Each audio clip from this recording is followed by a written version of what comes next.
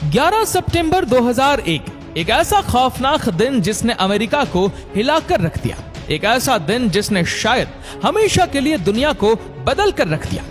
11 सितंबर की सुबह का समय था। अमेरिकन एयरलाइंस की फ्लाइट 11 टेक ऑफ करती है बॉस्टन के इंटरनेशनल एयरपोर्ट से। इस फ्लाइट की डेस्टिनेशन है Los Angeles.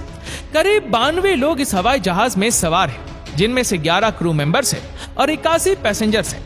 Flight take off होने के करीब 15 मिनट बाद पता चलता है कि 81 पैसेंजर्स में से एक्चुअली में 5 हाईजैकर्स हैं।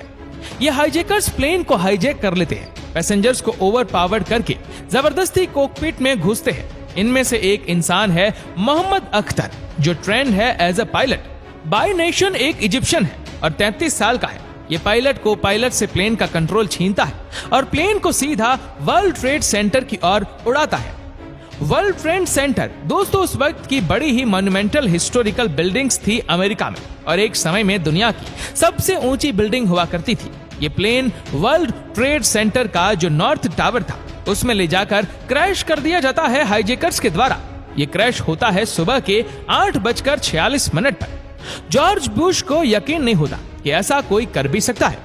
इसके सिर्फ 17 मिनट बाद पता चलता है कि यूनाइटेड एयरलाइंस की फ्लाइट 175 को भी हाईजैक किया जा चुका है 5 हाईजैकर्स के द्वारा।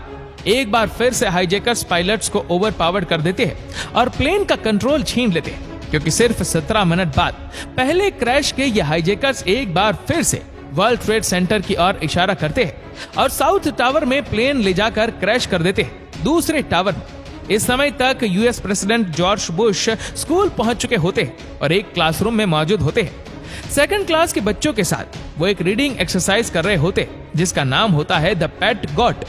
इस समय उनके जो चीफ ऑफ स्टाफ है एंड्रू कार्ट, वो क्लासरूम के अंदर बीच में घुसते हैं और धीरे से उनके कान में कहते हैं, America under attack.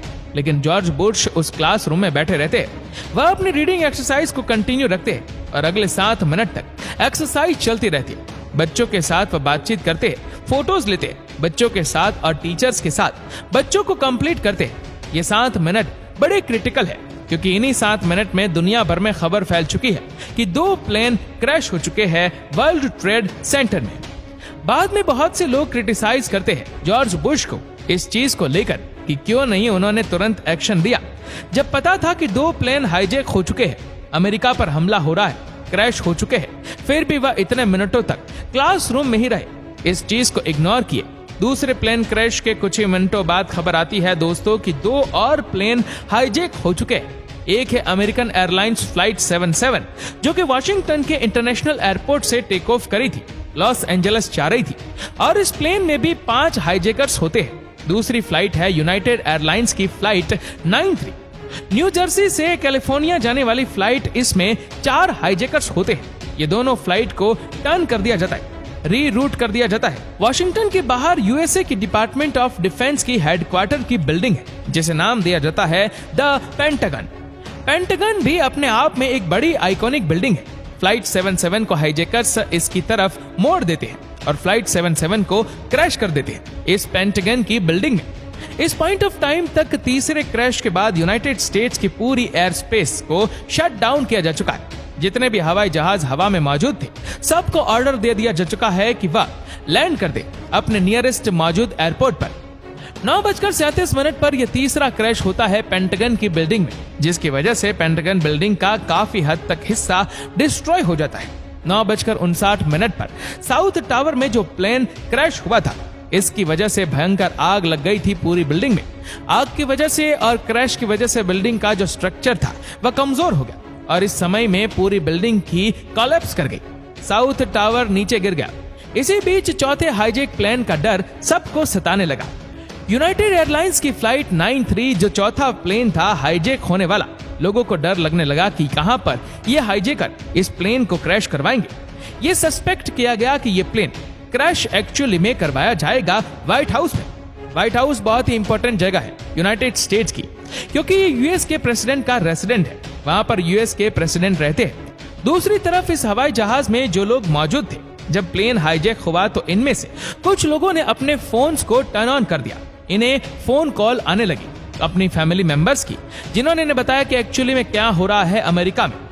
3 plane crash किए जा चुके हैं। वर्ल्ड ट्रेड सेंटर पर अटैक हो रखा है और वर्ल्ड ट्रेड सेंटर कोलैप्स भी हो चुका है। जल्द ही इस प्लेन में बैठे पैसेंजर्स ने रियलाइज कर लिया कि यहाँ पर हो क्या रहा है। इनका प्लेन भी हाईजैक हो चुका है और बाकी हाईजैक प्लेन को जैसे क्रैश करवाया गया है, इनका प्लेन भी जल्द ही क्रैश करवाया जा सकता है। इनके सामने ज्यादा कोई ऑप्शन नहीं थे।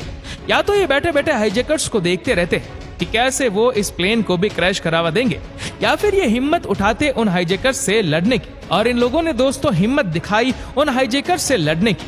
यूनाइटेड एयरलाइंस फ्लाइट 93 में बैठी आम जनता ने फाइट बैक करना शुरू किया हाईजैकर्स के अगेंस्ट। प्लेन में हल्ला मच गया।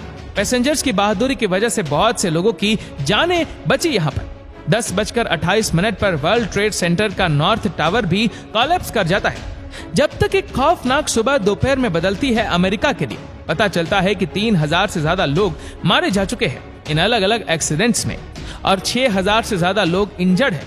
कहीं पेंटागन में मारे गए तो कहीं इन वर्ल्ड ट्रेड सेंटर में। इस हमले के पीछे सस्पेक्ट किया जाता है कि ओसामा बिन लादेन और टेररिस्ट ग्रुप अल कायदा रिस्पॉन्सिबल है। लेकिन इस 9/11 अटैक के कुछ ही दिनों बाद ओसामा बिन लादेन स्टेटमेंट देता है कि मैं इसमें रिस्पॉन्सिबल नहीं हूँ।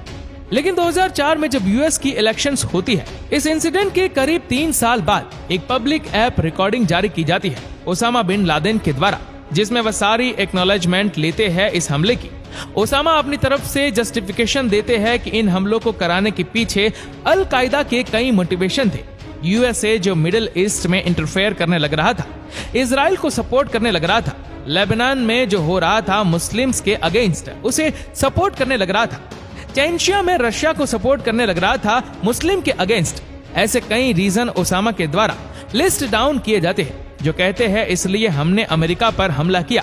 हम बेसिकली अमेरिका को सबक सिखाना चाहते थे कि इन चीजों की वजह से उन सब रीजन का बेसिकली मेन कंक्लूजन यही था कि कैसे मुस्लिमों पर अत्याचार होने लग रहा है, इसलिए हम ये कर रहे हैं। 9/11 कमीशन रिपोर्ट एक टेररिस्ट खालिद शेख मोहम्मद को प्रिंसिपल आर्किटेक्ट बताती है इन हमलों की। यही इंसान इन्वॉल्व था 1993 के वर्ल्ड ट्रेड सेंटर के बॉम्बिंग में भी। इसको और 4 और एक्यूज लोगों को ग्वांचनामो जेल में डाला जाता है। दूसरी तरफ ओसामा बिन लादेन को फाइनली मार दिया जाता है मई 2011 में। इस 9/11 के अटैक के सिर्फ 6 हफ्तों बाद एक पैट्रियट एक्ट पास किया गया यूएस कांग्रेस में। कई पॉलिटिशियन जो पार्लियामेंट में मौजूद थे, उन्होंने इस बिल को पढ़ा तक नहीं था। ना कोई डिस्कशन हुई ढंग से, ना कोई अमेंडमेंट्स हुई। इस पैट्रियट एक्ट को पास कर दिया गया। ये एक्ट यूएस गवर्नमेंट को भरपूर पावर देता था, अथॉरिटी देता था सरकार को कि वह अपने ही नागरिकों पर स्पाई कर सके। लोगों ने पॉइंट आउट किया कि कैसे सरकार ने बेसिकली पैट्रियट एक्ट का इस्तेमाल किया। 9/11 के बाद एक और चौंका देने वाला बदलाव आया एयरपोर्ट सिक्योरिटी नॉर्म्स में। आप हैरान हो जाओगे ये जानकर, 2001 से पहले दुनिया के जो ज्यादातर एयरपोर्ट होते थे उन पर ज्यादा सिक्योरिटी चेकिंग नहीं की जाती थी। बस आईडी कार्ड कई बार चेक करते थे और जैसा मेटल डिटेक्ट आप शॉपिंग मॉल में घुसते हुए देखते हो, उसी तरीके का सिक्योरिटी चेक हुआ करता था। एरोप्लेन में बोर्ड करने से पहले ज्यादा टाइम पहले आना भी नहीं पड़ता था। आपको फ्लाइट बोर्ड करने के लिए 15 मिनट आधे घंटे पहले आ गए काफी होता था। लेकिन 9/11 के बाद से ये सब कुछ बदल गया। आज के दिन full body scan, mandatory personal ID check होता है, पासपोर्ट चेक होता है, बोर्डिंग पास दिया जाता है, आपको आपके पॉकेट खाली करने को कहा जाता है।